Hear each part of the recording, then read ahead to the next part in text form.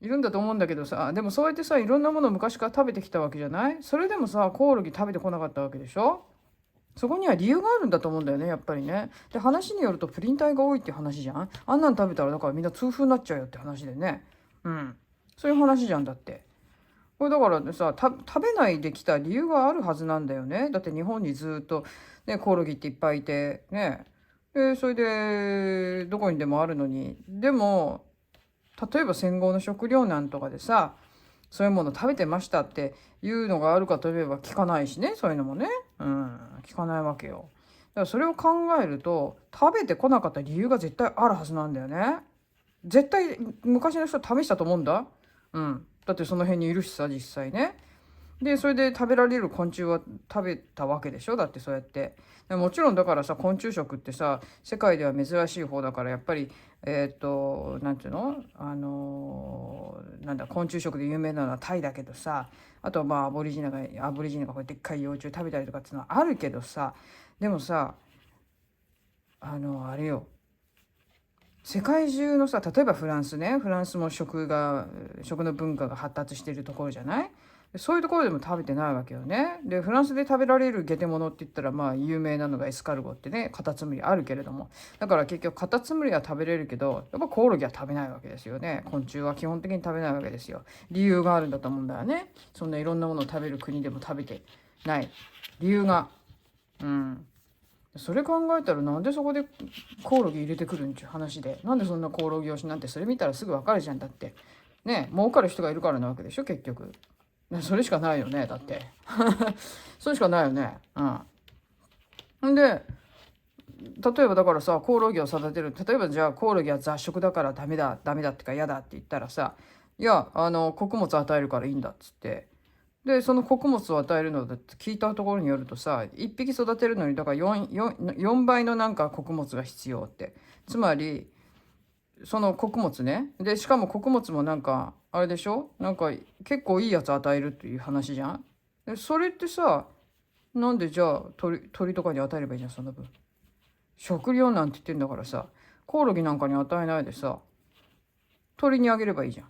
で、これから食糧難が来てね、そのいろんなものが取れなくなってくるから、昆虫食っつって。でもそれはさ、穀物で育てるんだって。食糧難になったらそんな穀物だってできないでしょ。そんなコオロギ食べるんだったら、その飼料用の穀物をさ、ね、人間が食べればいいじゃん。どうにも食べるものがなくなったら。なんでコオロギにあげなきゃいけないの。で、それでさ、4倍かかるっていうことのさ、分かりやすく説明すると、言ってたよ。聞いたよ。100万人助けられる穀物があった時に、コオロギに与えて、ね、コオロギを、繁殖してね。で、そのコオロギで、生きながらえるっていうか、それを食べさせられることのできる人数は25万人っていうことですよ、言ったら。だってそのまま穀物与えればいいじゃないの。食べればいいじゃないの。なんでわざわざコオロギを食べなきゃいけないのっていう話じゃん。で、今ほら、いろいろ言われてるでしょね。乳牛をさ、屠殺しなきゃいけないだの、牛乳を捨てなきゃいけないだの。牛乳捨てるのなんか、だいぶ前から問題になってますよね。もう何年も前から。毎日毎日。ね。なんかね、その分バターとかチーズ作ればいいじゃないかってずっと散々言ってたのにさ、なんか規制だらなんだら、で、外国から入れなきゃいけないだの、あと値段が下がるからとかっていう妙な理由で作らせない。だから毎日何トンっていう牛乳を捨ててるわけよね、日本って。毎日ですよ。だって、お乳は取らなきゃいけないからね。うん。ほいで、牛乳ってか、ね、お乳いっぱい取ってて、で、何トンも何トンもみんな流して捨ててるわけでしょ。それ全部、なんか物を作るようにすればいいじゃないの。なんで食料が不足するからって、ちょっと意味わかんないよねって思っちゃうわけよ。でね、人口が増えるからって、いやいやいやいやいやいや、これから人口減り始めるんじゃないのって、減るんじゃなかったのって。うん。減るんだったら別に問題ないんじゃないのって言って。で、減るのが問題だっていう人もいるけど、減るのなんか別に全然問題だと思わないんだよね、私ね。うん。なんでかっていうと、今もう飽和状態なんですよね、言ったらね。で、単純に考えてもらったら分かることだと思うんだけど、多分、例えば金魚鉢ね。金魚鉢3、4匹入ってると、まあちっちゃいこういうボールのこういうやつね。例えば3、4匹入ってて快適。10匹ちょっと多いな。20匹、30匹ぎゅうぎゅう。だからさ、ある一定の数を超えると金魚って死んでくんだよね。うん。イワシの大群、はい。イワシの大群が、一つの大群が100匹だとしますね。普通。いつも100匹。どうして100匹なんでしょうね。100匹を超えると、まあ100匹じゃないかもしれないですよ。でも一応100としますよ。ね。ね、100%、何匹だか分かりませんが、100%っていう数字があるんですよ。ああいう大群とかって。そうするとその群の中で100%を超えると、105%とかって超えてくると、その5%分の魚って、イワシって死ぬんですよ、勝手に。だから飽和のその閾値っていうのがあるわけですよね、そのマックスの値っていうのが。で多分今人口ってマックスなんだと思うんで、そういう意味で。うん。だからそれが減るのは自然なことで、つまり金魚鉢の中でもうパンチクリになってるから、どんどん人数が減ってくっていうのはね、金魚が減ってくのと同じで、結局増え続けるわけがないんだから、本来はね。許容範囲っていうのがやっぱりあって、自然の中の一部だから、人間だってね。だから人口が減ることがそれが何が問題なのか私はちっともわからないんですよ。うん。だからそのいや年金がとかっていう話あるけども、でも今団塊の世代がいなくなったら年金もらう人減るじゃん。だってどんどん減ってくじゃん。で私らの世代はまだほらベビーブームね、第二次ベビーブームの世代だからさ、言ったらね、だから結構いますよ。でも団塊の世代に比べたら少ないんだと思いますよ、やっぱり。でその下の人数が少ないわけだから、どんどん人って減ってくわけよね。で今なんかさ、結局ネットがあれになって AI も出てきて仕事がなくなるとかって言ってるわけよね。それなのに人増えたら逆に困らない？減っていいと思うんだよね、私ね。でいろいろな試算があるわけですよね。この国の、人数どれぐらいが一番適正なのかっていう人数があって、日本は1億2500万人だか知らないけれども、明らかにその適正を超えてるんですよ、日本なんかは特にね。まあ一説によると8,000万人ぐらいがちょうどいいっていう話もありますし、それで経済が縮むかって言ったら、いやそうとは限らないんじゃないのって思いますけどね。うん。適正な経済になるだけであって、うん。だってフランスは言ったら人口日本の半分ですわ。ね、こんな日本よりも5倍も6倍も広い国土の中に6,000万人ですわ。ね、日本の半分。これでも経済回ってるじゃん。人数が少ないから経済回らないなんて話はないだろうしね、そんなことは。先進国って言われる国がじゃあ日本と同じような人数いるかって言ったらそういうわけでもないわけでしょ。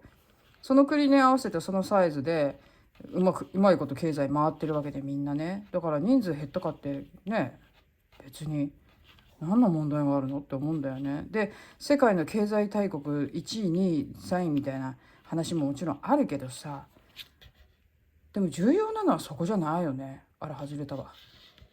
重要なのはそこじゃなくてさ、それは国民がそのなんつうの、その経済の大きさに見合ってさ、ね、収入もねあって豊かに暮らせてるっていうんだったらあれだけど、経済が大きいからってじゃあ国民は裕福に生きてるかって、豊かに生きてるかっつったらそうじゃないじゃん、全然。だって世界第2位の中国だって世界第1位のアメリカだって貧困の差はいっぱいあるわけだし、ねえ、ねえ C 国に関して言えばもう農村地帯と都市部との生活の差はあまりにも激しいわけで、で日本は総中流って言われてたのがね、低所得者がいっぱい増えてきて、それで経済大国って、経済だけがでかくなったって国民幸せじゃなかったら何の意味もないよね。だったらさ、もう少し経済縮んでもいいけどさ、国民一人一人がさね、豊かだと思える暮らしをしてる方がいいわけじゃない、どう考えたって。うん、でそういう生活だってありえるわけだからさ。だからそういう目先のじゃないけどさ、そういうさ表面的なものだけにさこうとらわれてさ、ね、経済大国から落ちていくからどうのとか、あんまり関係ないと思うんだよね。まあ確かに日本はお金出さなきゃいけないところに出してないし、もっとだからそういうところにちゃんとねお金出して、ほいで経済うまく回すような政策取ってくれりゃ、もっと豊かになってもっと幸せになって経済も大きくなりますよ。ね、それをちゃんとしないからさ、政治がね。だからこの状態になってるわけだけど、だからうまいやり方っていくらでもあるとは思うけどさ、それをさせたくない人たちもいっぱいいるからね、あれなんだけども、でまあそれで昆虫食の話に戻すんだけどさ、そんなさなんつうの、ロスがさ出てる状況の中でさ、ね、いっぱい作っちゃ捨て作っちゃ捨ててってやってる中でさ、食料が足りない食料が足りないなんつって昆虫食え昆虫食えって意味が分かんないんだよね。まずだからロスをなくせよって話じゃない？まず最初にやらなきゃいけないことってね、そこじゃん。ほいなのにさ、なんでいきなりそれで食料が足りなくなるからってコオロギなん？全く意味が分かんないんだよね。私は絶対食べる気しないんだけどさ、そういうのってさ。だから別に昆虫食にノーっていうことじゃなくてね、別に昆虫食あったっていいよ。だから選択できるようにすればいいじゃん。別にそんなの食べたい人が食べりゃいいだけの話でね。だからっつってさ、なんていうの、パンに混ぜちゃいました、給食に使いますみたいなさ、それはちょっと違うでしょって話で。ほんと意味不だから、全部そこ利権だわやっぱりね。儲けたい人がそこに群がってるわけでしょ。そんなさ、コオロギにやる飼料があるんだったらさ、鶏増やせばいいじゃん。鶏に食べさせりゃいいじゃないの。コオロギに回す飼料があったら鶏に食わせて鶏増やせばいいじゃん。コオロギ4倍かかるんでしょ。コスパ的にはさ、言ったらさ、チキンよりも良くないって話になっちゃうじゃない。だってそれって意味わかんない。私はね食べる気しないからね、食べないけどさ、そんなコオロギ、いや絶対だから先人が食べてこなかった理由があるはずなんだよね。私それをコオロギ食って言われた時にはっと思ってさ、そんな今まで食べてこなかった理由があるはずなのにってもうすぐ思ったもんね、やっぱりね。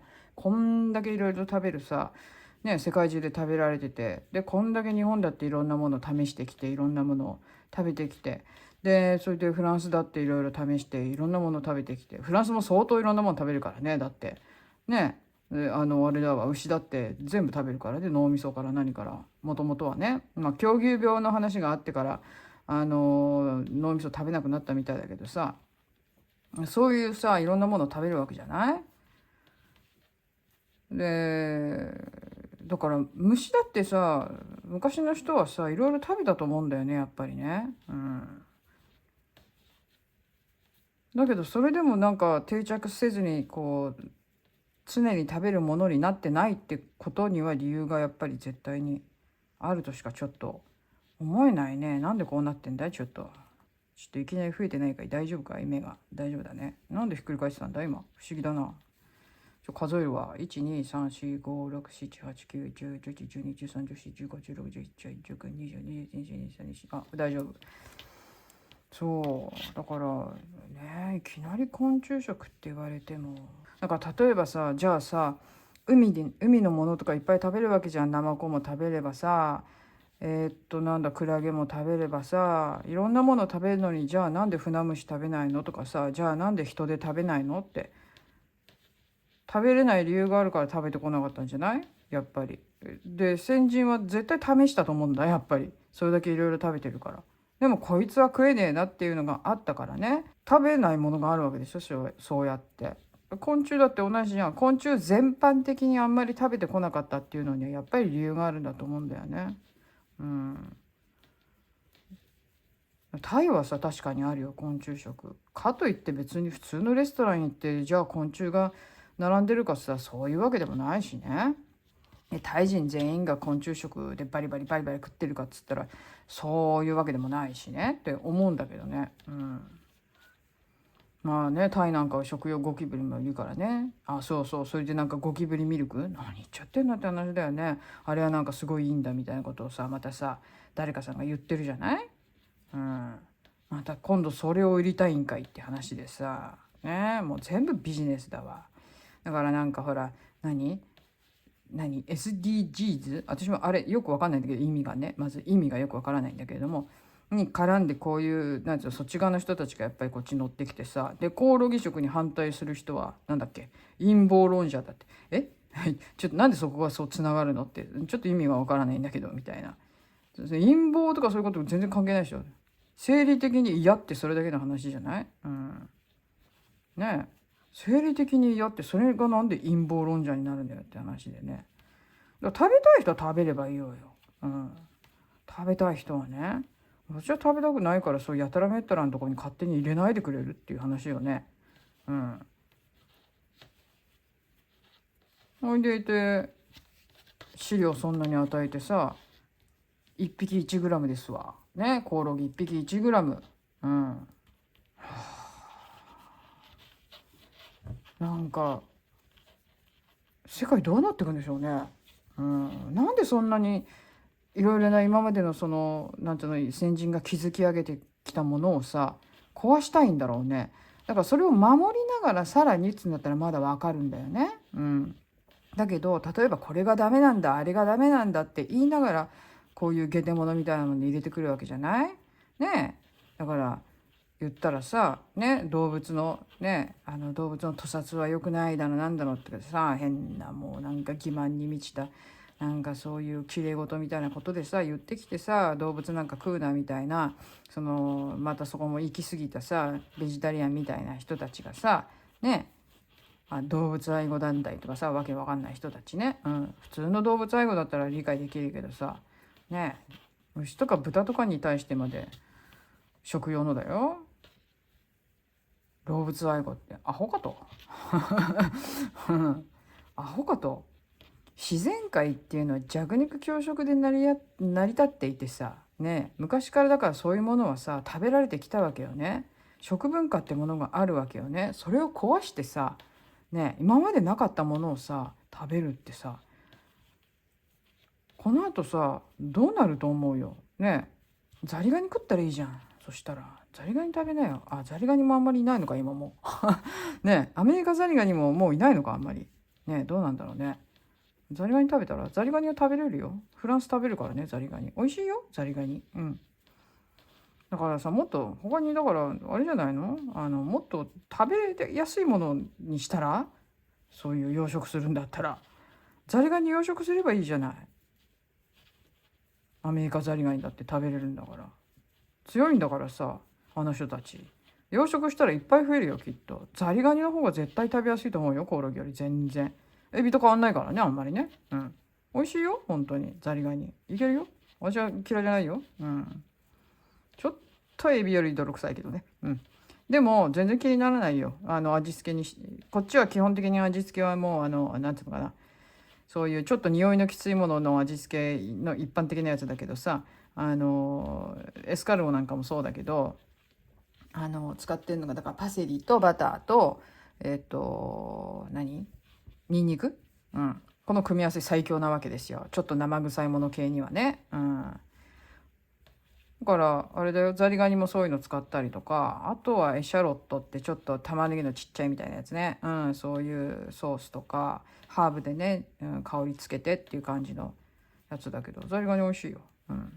そういうの食べたっていい。日本だって一部ザリガニ食べるよね。東京の下町はなんか食べるっていう話聞いたことあるけど、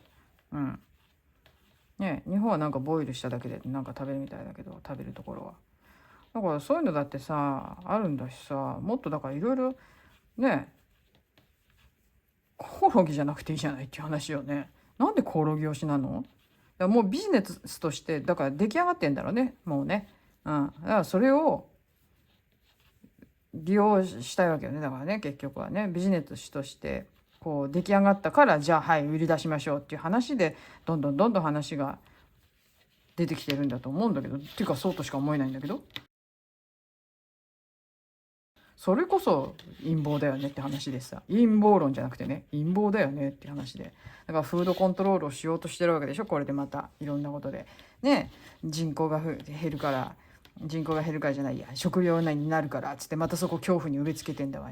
もう本当に何回やられた気が済むのって話で、同じことやってきたじゃない、この3年間ね。恐怖を植え付けられて、私たちみんなコントロールされて、みんなマスクさせられて、みんな家に閉じ込められてね、恐怖でコントロールされてきたじゃない。今度は何ですか、食料なんですかって話で、食料なんでコントロールしますかみたいな。同じ、全部同じ、全部やられてんだっつの。でみんなそうやってそれは陰謀論だってそこに落とし込めたいんだけれども、じゃあこの3年間ね、この3年間軽く振り返ってみてもいいと思いますよ。最初の頃ね、例えば研究所からね、漏れ出したっていう話だってさ、それは陰謀論だって散々言われてたけど、結局それが今そういうことだっていう風になってきてるわけよね。自然発生じゃないとね。だからこれは陰謀だって、例えばトランプ大統領の選挙だってそうだよね。2020年の選挙だってそうだよね。こんなの陰謀論だって言われてたことが実際事実になってきてんじゃないの。ちょっと事実として証明されてきてるじゃない。ちょっとずつね。メディアコントロールにしろ何にしろ陰謀論だって言ってる人がいたけれども、全然そんなことなくて事実だったじゃない。隠したいんでしょうね、その事実をっていう話になるわけですよ。で陰謀論って言葉を言っておけば相手がひるむと思ってね、陰謀論っていう言葉で片付けておけば、なんだあの人ただの陰謀論者だからあの人の言うことは信用できないわ的な、そういうイメージを植え付けたいわけよね、やっぱりね、陰謀論っていうことでね。で思考停止させるわけよ、そこで。だから今回はだから本当に飛躍しすぎてさ、コオロギやだ、コオロギなんか食えるかって、コオロギやなんか嫌だってね、昆虫食なんて嫌だって言ってる人に対してさ、速攻コオロギノーっていう人は陰謀論だって、ちょっとあれだよね、焦りすぎたよね。行き過ぎだよね。ちょっともうちょっとやるならゆっくりやりなよっていう話だけどね、一足飛びにいきなり陰謀論って言っちゃったからさね、そういった本人の方が今怪しくなっちゃってんじゃんっていう話でね。つうか陰謀じゃなくて本当に嫌だから普通にそういう話じゃないですか。もうね、同じことずっとやられ続けてるんよ。まずね、人をコントロールするのに、前にも言ったけど、人をコントロールするのに一番簡単な方法が恐怖を与える方法ですよ。ね。DV 見てくださいよ。DV ね。DV。あれだって、例えば暴力を振るう夫がいたとして。ね。で、奥さんは、だけど、悪いのは私だからって言って、暴力を振る夫をね、こうかばったりなんかしたりして。それで旦那は旦那でそれでいい気になってね、こいつ俺の言うことを聞くって、暴力増えれば俺の言うこと聞くっていうことになるわけじゃん。で暴力振るわれた方はさね、もし逃げ出したらっていう恐怖とかさ、あと私がこんなこと言ったらっていう恐怖からさ、相手のコントロールにまんまとハマっちゃうわけよね。だから恐怖を与えるのが一番いいわけよ。同じ状況、恐怖を与えられて、でそれでコントロールされてきたわけですよ、いろんなことが。ね、今まだマスク取れない人っているわけじゃない。怖いから取れない人っていっぱいいるわけでしょ。で怖いから取れないのよね、言ったら基本的に。それはね、流行り病は怖いからとかっていうことじゃなくて、もう別のフェーズで映ってるよね。怖いものの対象って何って、怖いのその対象って何って、人の目でしょ結局ね。人の目。マスクを外したら周りの人に何て言われるかわからない、周りがしてるから私もしといた方がいい、もしあれでトラブルなんか起こしたらどうしよう、恐怖じゃん全部。だから結局は恐怖が一番簡単なんですよ、人のコントロールするのは。人をコントロールするのは恐怖が一番簡単だから、今回のコオロギだって同じだよ、ね、食糧難が来るっつって、あわわわわって人をさ不安にさせてさ、じゃあこれしか食べるものないんだったら仕方ない、食べるかっていう方向に向いていくわけよね。向かせようとしてるわけよね。でそこで儲けようっていう人たちがいるわけじゃない。なんでまたそこでさ BG さんがさ顔出してくるかなって話じゃんだって。ねえ、ゴキブリミルクふざけんなって話だよね。本当に今度はそっちかいっていうね。というわけでございますよ。だからね、昆虫食っていうさ選択があるのはさ、まあ100歩譲っていいとしますよ。それはね、もしかしたら食べたい人もいるかもしれないし、ね、ゴキブリミルク飲みたい人がいるかもしれないし、私は飲むんだったら牛乳のミルクの方がいいけどね。とりあえずコオロギだよね。コオロギっつったらヨーロッパじゃ本当にゴキブリと同じ扱いだからね。ゴキブリと同じ扱いですよこっちは。日本人はさまだ秋になるとさね、コオロギのね鳴く音っていうのをさに情緒感じられる人種だからね。虫の声を聞いてる脳の場所が担当が違うんですよ日本人は。だから虫の声がきれいに聞こえるんだけれども、欧米人にとっては虫の声って雑音でしかないのでね、だから全然聞き取れないらしいんだよね、綺麗な音として。脳みそが違うんだって。左脳と右脳の差もあるらしいよ、そこ受信してるところが聞いてるところが。だから全然違うらしいんだけど、有名な話だけどね、それはね。それはそれでいいじゃん。だから秋の風物詩っていうだけでね、いいじゃないですかそれで。食べなくていいよ。食べる必要ないよ。そんなさ、なんて言うんだろう、仕組まれたものにさ乗っかってさ、そこで踊る必要はないよっていう話だよ。だから本当に食べてみたいって思うんだったら食べたっていいと思うけどね。でもそれをさ選択肢のないところでね、食べたくない人っているわけだからさね、その選択のないところでさそこにさ追い込まないでほしいよね。だから給食で使うとかさね、考えないでほしいよねあんまりね。でさ畜産とかのさものだってさ結局はさこうなんつうの、解体してそれで食べれるとこだけ取ってみたいなさね、で食べれるところはこういうふうに分けてみたいな形で食べるわけじゃない。ね、本当にダメなとこは食べないわけだし。だけどコオロギってさ全部を潰してパウダーにするわけでしょ。いくらさそのちゃんとした飼料を与えるから大丈夫なんだっつって、雑食だけどね養殖だから大丈夫なんだとかさ、いやねえ、ちょっとね、純粋培養されたゴキブリだって食べたくないよね。ねえ、穀物しか与えてませんっつってさね、で外にも出たことない無菌室で育ってますみたいなさ、無菌室で育つかどうかは知らんけども、無菌室で育ちましたってゴキブリだって食べたくないもんね絶対ね。まあどう考えても裏がありますよねっていう話でございます。はいね、そんなよその別にコオロギじゃなくてもいいわけだから。だから飼料与えるんだったらちょっとでも鶏肉増やせよっていう話ですよ。というわけでね、まあなかなか喋っちゃいましたけど、またね、いやもうほんと最近いろんなそういうニュースがあって、本当に LGBT のことも喋りたいんだけど、なんかね結構難しい話題っていうか、なんだろう、難しいっていうのは YouTube 的にねなのであれなんだけどね、今回の昆虫食はまだそんなにうるさいこと言われないと思うから、とりあえずそっちを先に話してみたけれども、どうですか皆さん。ゴキブリじゃねえやね、コオロギ食べたいですか。はい、というわけで今日はこのぐらいにしておきます。はい、止めらなく喋っちゃうんだね。気がついたらもうこれ編集するから何分になってるか分かんないけども、40分ぐらい喋ってる。ノンストップでというわけでございます。じゃあとりあえず今回はこんなぐらいまで編めましたね。可愛いよね色がね。ね、可愛い感じでいいんじゃないかなと思います。こっちが裏かね、こっちが表なんだね。ちょっと雰囲気は違うね。でもね濃さがね、こっちの方が紫がなんか多いな。まあいいや、ずっと編んできゃまあ同じになるでしょう。同じ感じにねなってくれるでしょうということで、はい、というわけでございます。じゃあここまでご覧いただきましてどうもありがとうございました皆さん。無理に昆虫を食べることはございません。はい。で人口が減るって言ったって別に恐れることはないと思います。順応していくんですよ人間っていうのはやっぱり。人数が増えても順応してきた。人数が減っても順応していくと思います。はい。私は全然その辺心配してません。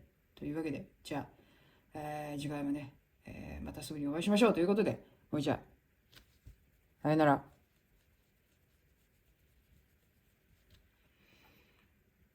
いやね、相当はフランスもいろんなもの食べるじゃないの。でさ、でもさ、私結構ね、エスカルゴね、好きなんだよね。好きっていうか嫌いじゃないんだよね。嫌いじゃないんだけどさ、別に何度も食べてる。何度も食べてる。食べれるよ。全然余裕で食べれるんだけど、ふとね、ブスッと刺して、プッて、クインってやって、こう見て、こうやって見ると、見るんじゃなかったって見るんじゃなかったって思いますよ。さすがにこうチラッと見るとちょっとグロいちょっとぐらい。まあでも美味しいんでね、もし食べる機会があって、食べる勇気があるんだったら、ちょっとお試しに、お試しに食べてみたらいいと思います。グインと出した時のパッと見ね、パッと見、じーっと見ちゃダメよ。じーっと見ちゃダメ。プンと出した時にパッと見、サザエみたいなもんですから。はい。サザエみたいなもんだと思って、貝みたいなもんだと思って食べれば全然問題ないです。食感も同じような感じなんで、はい。じーっと見たらダメです。はい。じーっと見たらダメです。はい。というわけで、じゃあね、バイバイ。